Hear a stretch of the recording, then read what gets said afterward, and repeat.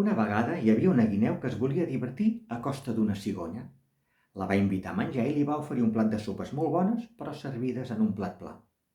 La cigonya, amb el seu bec tan llarg, gairebé no podia menjar ni una gota, mentre que la guineu, amb la seva llengua tressuda, amb unes quantes llepades en va tenir prou per deixar el plat ben net. La guineu es partia de riure amb la broma que li havia gastat a la cigonya. Al cap d'uns dies, com que era estiu, la cigonya va invitar la guineu a prendre una llimonada. La guineu estava morta de set i va acceptar encantada l'oferiment. La cigonya oferia la llimonada en dues ampolles de coll alt i estret i n'oferia una a la guineu. Aquesta vegada les coses van ser a l'inrevés. La guineu, per molt que pretenia entrar la seva llengua a l'ampolla, no va poder beure ni una gota. En canvi, la cigonya hi va posar el seu bec llarg i es va beure la llimonada en un no-res, tot dient-li a la guineu: «Tal faràs, tal trobaràs». I aquí hem arribat i dono el conte per acabar.